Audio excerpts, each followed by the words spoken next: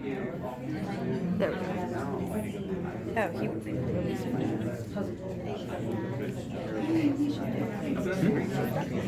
Okay. Yeah. Ready to go whenever you are. Yeah. Hello, everyone.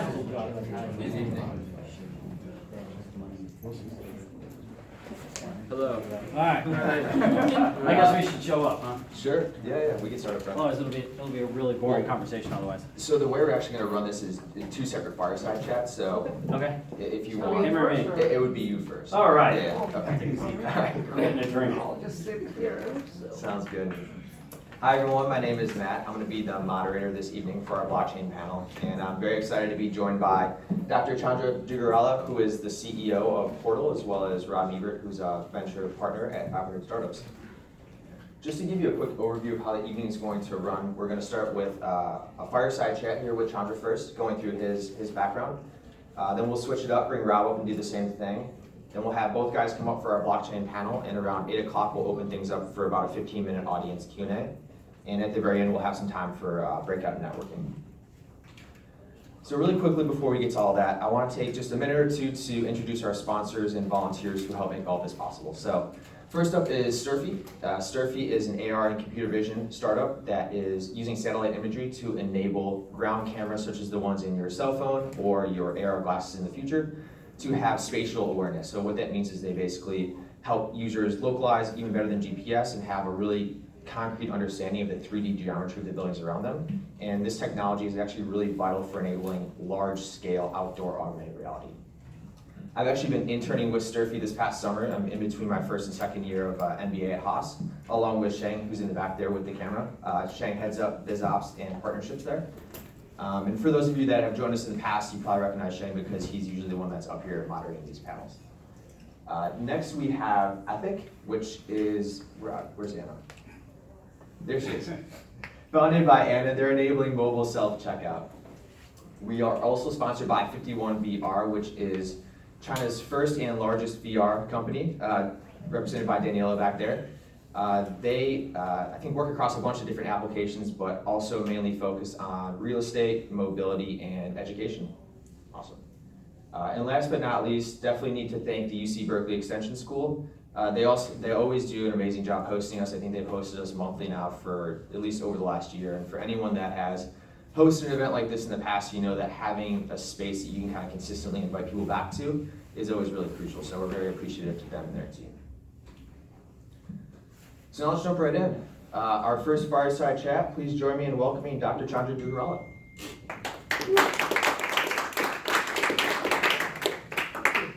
So a quick bit of background. Chandra is a serial entrepreneur, libertarian, and Bitcoiner. He is an inventor whose inventions range from medical devices to software. His previous startup, Fuel, created the first intelligent nutrition engine that personalized diets based on DNA, behavior, and biomarkers. Currently, he's the CEO of Portal, which is on a mission to build a non-custodial crypto trading and storage solution that eliminates counterparty risk entirely. Very interesting. We're going to dig into that more in a bit, but I want to start first by kind of rewinding back before the career, before school, and just talk a little bit about where you grew up, some of your early interests, and what ultimately inspired you to decide to study medicine. So, as an Indian kid growing up, you essentially have 2 or 3 choices, right? You go into science, either biology, engineering, et cetera, et cetera. And my family had this strong idea that I needed to be a doctor because nobody in my dad's generation could get into medical school. The interesting thing though is my mom always had this strong opinion about, having a wider exposure than just a narrow focus. So I ended up taking in elementary school actually, a lot of after school classes in programming. Basic, Pascal, I don't think anybody knows what they are, at least the students. But so I go into medical school mostly because it was fascinating. The medical science was fascinating. A lot of things were changing. It's really on the cutting edge, or so it feels from the outside. In medical school, you realize that the real cutting edge stuff happens on the basic science side of things and a lot less on the clinical medicine side of things. So after medical school, I actually went into a PhD program in bioinformatics. And the Human Genome Project was, causing a lot of publicity. drawing a lot of interest from a lot of people. So it was exciting, but I quickly realized, actually not quickly, after a couple of years into the program, that most of the work that you do, the research that you do in the lab, or in the CS lab, has no chance of actually getting into the real world and impacting how people, impacting anybody basically. So I said, this doesn't work for me, so maybe I could do something in the private sector, do a startup. So I ended up going back to looking at all of these unmet clinical needs that you can solve with tech. Not necessarily software, but hardware, devices, etc. Had a lot of patent applications and patents done during the clinical training phase, and then I moved to the Bay Area to start. The first project was to treat obesity and diabetes without surgery. So this was your first venture, Novo Bionics? That was the first company Okay. called Novo Bionics. It came out of a patent that I filed when I was in clinical training. And the idea was to treat obesity and diabetes without surgery by mimicking the physiology of bariatric surgery, which is incredibly effective but also incredibly destructive to the patient. It's very risky. So I raised around money, built the prototypes, recruited a team, we took it through preclinical trials. Turns out that the device that we developed was a class 3 device, which is a classification that the FDA has of how risky or safe the devices are. And for that specific entity, they needed a couple of thousand patients, follow-up for 2 to 3 years, 5-year follow-up even, which was $1 billion project, before you even know if it works safely in humans. So, and the venture capital market wasn't ready for that at that time. This was a bad timing in VC, investments were going down, financial crisis, we were just coming out of it. And so I said, we've developed all of this base of knowledge, understanding the metabolic science and how physiology responds to it. So why don't we do something with using all of that base of knowledge in actually helping people avoid that path instead of trying to cure diseases? Maybe we could do something to help people be healthy. And that led to the second startup, which was a tech startup. Okay, gotcha. So you moved from kind of hardware on the medical side to then software on the medical side. Tell us about the jump now into what you're doing with Portal and how you became interested in blockchain and crypto. I never imagined that I'd be in crypto. I first actually found out about Bitcoin in 2011. Okay. Those are the times when you could actually mine a little bit with GPUs in your laptop. Did that, ended up throwing it away because there was no real market price for it. It was an interesting thing from an economics and from a libertarian philosophy standpoint. Came back into it after Fuel, which was the personalized nutrition engine company. And then we were actually looking at what exciting things are happening. The hype was on full blast. So got into it kind of to learn the space and then got sucked into it. You end up getting obsessed with stuff. Learn more and more, you meet a lot of teams, a lot of people, a lot of users, and then you start to see the problems that you face as a user. And so last year, spent a lot of time doing customer development, actually talking to users, crypto users from across the spectrum, surveyed about 3,000 people, personally interviewed 300 people.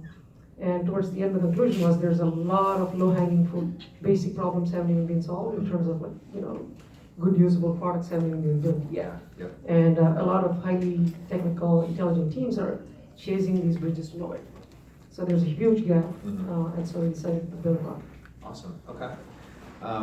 Could you tell us a little bit more about I know you guys are kind of in stealth mode, but can you give us a little bit of insight as to where Portal is at right now and kind of where you see that? So our goal is to actually make it so that regular human beings can interact with cryptocurrencies, right? You don't have to set up 17 different wallets on your devices. You don't have to have 3 ledgers or Trezors or cold cards or whatever. How do you manage your private keys? Have like 17 different exchange accounts and you don't know how much you're worth. That's a basic problem. So the ease of use is definitely not there. The second thing is the guarantees that these blockchains provide. Non-custodial ownership is one. That actually goes away when you see that the difficulty of using all of these products, whether you're talking about wallets or DEXs or whatever it is, nobody can sit through and take the pain just because they provide censorship resistance and, minimize trust in third parties. Yep. No one's gonna be able to do it. Maybe, 50 people who are enthusiasts will set their own Linux machines and, have those wallets and Right. run their Texas on there. But if you ever hope to make this mainstream, you need a few things. Right? Ease of use is a given. Second, you need to deliver the ease and intuitiveness and simplicity of use while actually not compromising the underlying value proposition itself, Yeah. which is, you need to own your private keys, basically. And two, when you want to do an exchange, you don't want your currency or coins in the possession of a trusted third party, which can and do disappear with your money. They get hacked, they can get shut down. Governments and malicious third parties can go after them and take your money with them. So how do you do that? That's the goal of Portal. So essentially, it does two simple things. You can own all your cryptocurrencies and trade them very fast with the liquidity without actually giving up control of your private keys. That's what Portal is. Awesome. And when we have you back up for the broader blockchain panel, I really want to dig into more around some of the bottlenecks that you're seeing around user experience and things like that. But between now and then, I just want to ask one last question, which is, between Nova Bionics, TriFuel, and Portal, you've worked across medicine, again, in hardware, software, and now in crypto. Those are three very different domains, and you're not just working these companies, but you're actually operating them. So how have you developed such a deep domain expertise in three pretty different areas? Well, deep is a matter of subjective opinion, right? I don't think there's anything that prevents anyone from being an expert in something that doesn't require a hard, hands-on wet lab kind of approach. Practically any piece of knowledge that you need is available for free on the internet. You just need to be disciplined and focused. The thing I will say though is I've always done what I loved, so it doesn't feel like work or effort to be an expert at something. Just do what you love, and you're gonna get obsessed and learn things that you really want to learn. That's great. Great advice. Awesome. Well, again, we look forward to having you back up here in a few minutes, but please join me in thanking Chandra and welcome you up, Rob.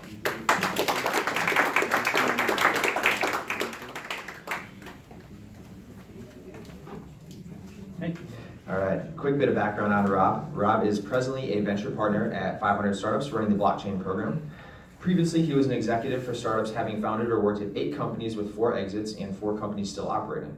He was CEO for the last 2 venture-funded startups. He also maintains a broad domain of expertise, having held leadership positions in products, marketing, and operations. Academic credentials include BA, BS, MS, and MBA degrees from Wesleyan, Stanford, and Santa Clara, respectively.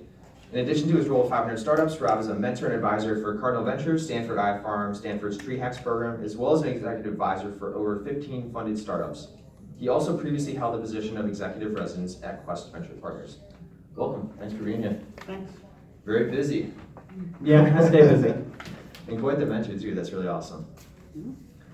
So I want to begin similar to what we did with Chandra, kind of going back into your background. Where did you grow up, and what were some of your early interests and influences?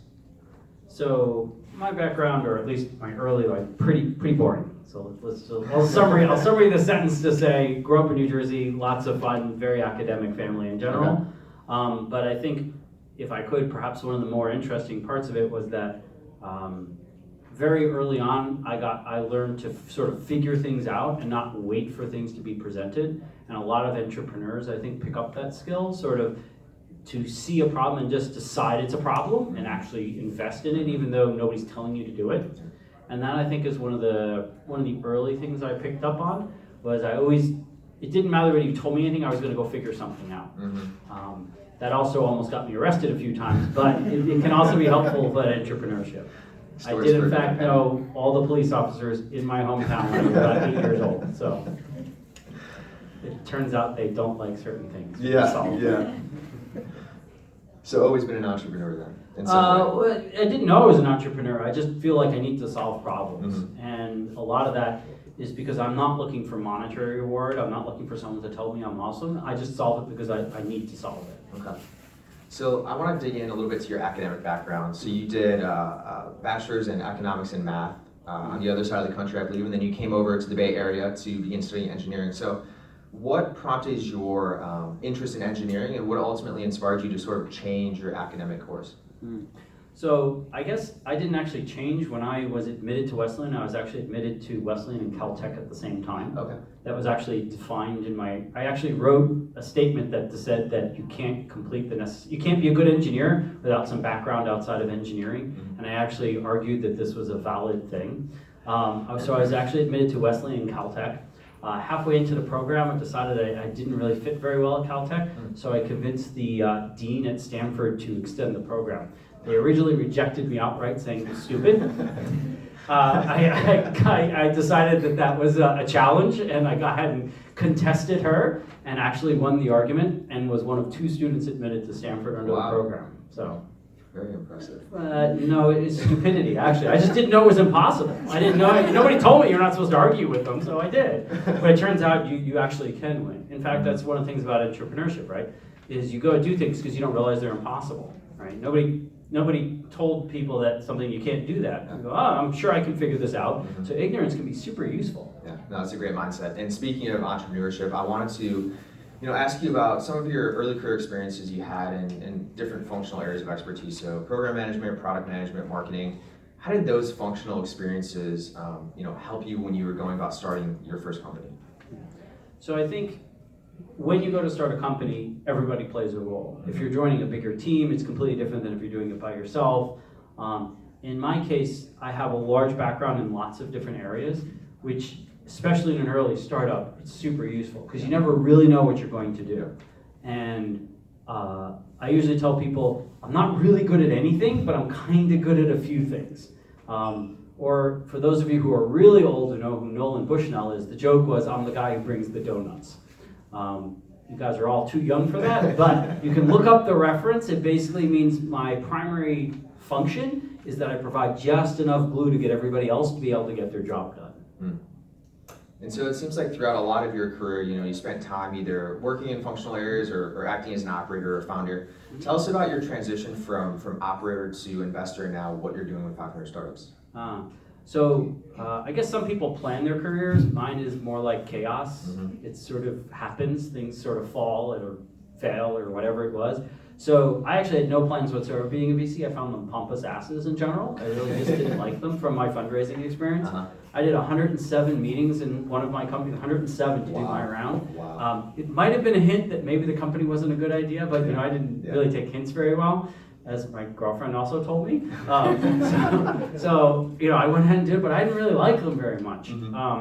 But when I did leave that company and more or less shut that particular one down, I really was not ready to do again. I was like, okay, I need to take a break. And someone basically offered me a paycheck to sort of just show up to the office and tell people why I failed. I'm like, oh, that's easy. I'm like, I can do that. So, and then I'm like, hey, the paychecks don't bounce. This is kind of neat. So I didn't have to figure out how to pay my own paycheck. It just sort of arrived in my bank account, and that was kind of neat. So I was like, hey, I think I'll take some time off here. It was actually intended only to be a few months. It lasts a little longer than expected. Okay. Mostly because I've gotten old and curmudgeonly and picky and kind of annoying, so it's a little longer to figure out what I want to do. Yeah. And what led you into blockchain and now leading the blockchain program there? We're sort of back to what I said before. I decided something was really annoying me and I couldn't figure out how to get it solved. Right. To cover it very, very briefly, 500 actually invested when there was only Bitcoin. Bitcoin is the only thing. Maybe 5 years ago, we actually did an entire batch of companies that were pure Bitcoin.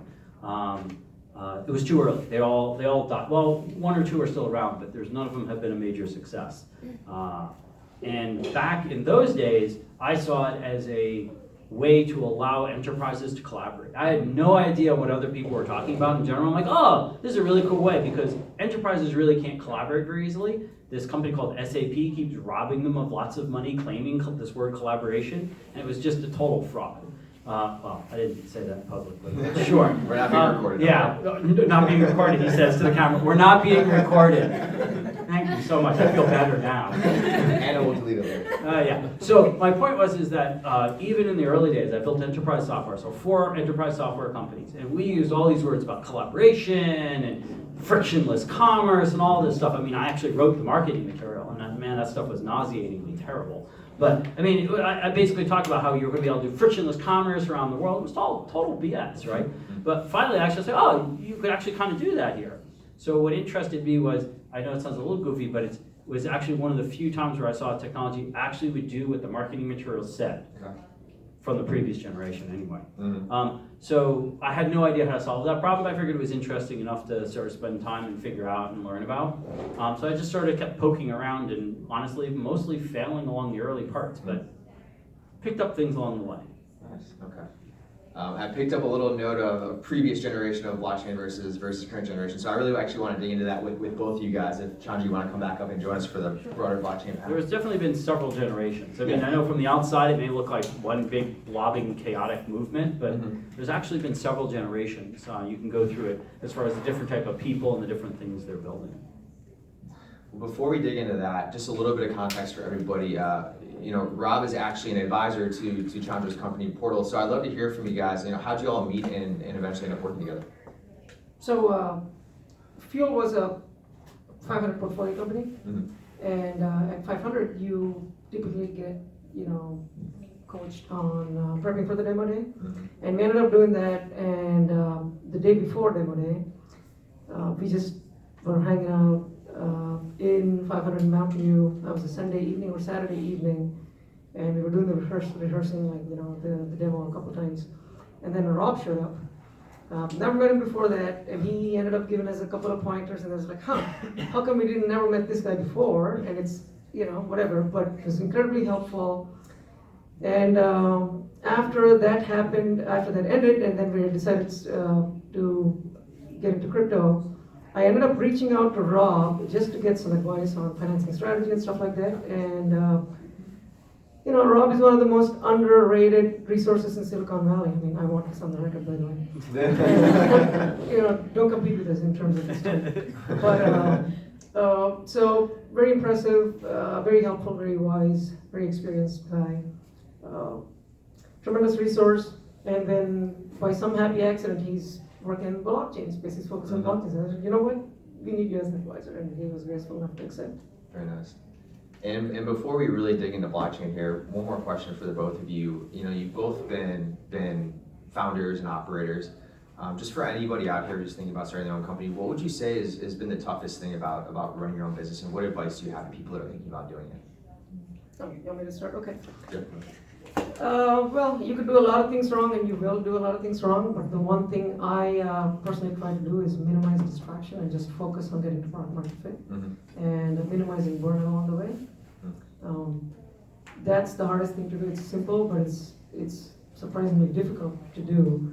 Just focus on your users, getting to the high use levels, and solving that real critical problem, understanding your users very, very deeply. And then make sure that you don't die until you get to that point, before you get to that point. Yeah. Mm-hmm. Try not to die. Try not to die, basically. So I guess for me, it does change a lot depending upon situations and team members. But I guess maybe I'll bring up one point that I do find fairly consistent. It's more about the people than the product. Like a good team can keep moving around and find product market fit or pivot around, but a really good product with a crappy team, it doesn't matter. It's still dead. So what this means is most people join a startup because they love the idea. Oh, it's a cool product. I would encourage you to think about that slightly differently, is to say, first choose the people. The product will grow on you. If it's a good set of people, the product will become interesting as it moves along, as the ideas evolve, because they are good and they know how to get product market fit. Unless you really hate the idea, the people are more important than the idea. That doesn't mean the idea can be terrible. I mean, if I get one more pitch for another exchange, but my point is that think more carefully. You're going to probably spend more time with these people than you do with your wife or husband. So, and in many cases, if I'm right, the average lifespan is longer than the average marriage. So, I don't know if it's depressing or not, but I don't know that, but certainly it is true for me anyway. So I'm not sure if that's a bad sign. All right, well, diving into blockchain here, it's no secret that over the last 18 to 24 months, there's definitely been some ups and downs in the blockchain and crypto space, thinking about Bitcoin and Ethereum crashing, waning VC interest in some areas, and project shuttering and things like that. Where do you each see, how would you describe the state of blockchain and crypto today, and where do you see things heading maybe in the next 1 to 2 years? maybe we'll divide that one. Maybe I'll take the VC side, you wanna take the other side? Cool. So, Yeah, I'll let you start. you wanna start? No, go ahead. You sure? You sure? All right. So I'll cover a little bit on the VC side. So it's very complex because of ICOs, IEOs, STOs, equity, and everything. So I'm going to try to say, I'm going to be very specific, United States, because I'm going to isolate United States, because it's actually quite a bit different in Southeast Asia, China, Europe is very different. In the United States, there isn't weaning at all. In fact, there's quite a bit more money flowing, professional money. VC money is flowing in now than was before. What happened before is it was highly skewed based on a handful of very, very large ICOs that skewed a large number of numbers. But those were, excluding some of those, you'll see there's actually been a continuous flow. At this point now, the documents have been established, the valuations have started to be established, professional money knows how to evaluate it, there's less exit scams and more real companies. So professional money is actually fairly active. The United States is actually the leader in number of deals, not total dollars, but number of deals in the space, and has continued to grow fairly actively. So for my statement goes something like this. What there was a massive transition from the scams, the hype and the scams, to move to real applications and real usages.